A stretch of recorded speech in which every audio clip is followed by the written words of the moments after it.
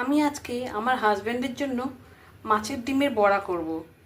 তার জন্য প্রথমেই স্বাদ অনুযায়ী নুন, অল্প সামান্য হলুদ, একটু ময়দার গুঁড়ো, একটা ছোট কাঁচা পেঁয়াজ আর দুটো কাঁচা লঙ্কা কুচি দিয়ে দিলাম।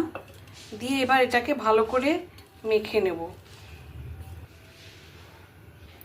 এবার তেল গরম করে বড়াগুলো ছেড়ে দেবো আস্তে আস্তে।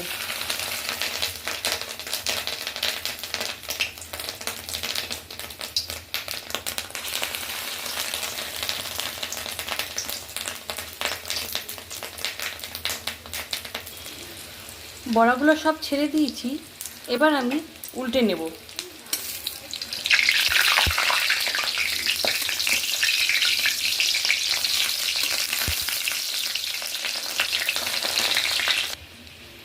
বড়াগুলো আমি ভেজে নিয়েছি, এবার তুলে নেব।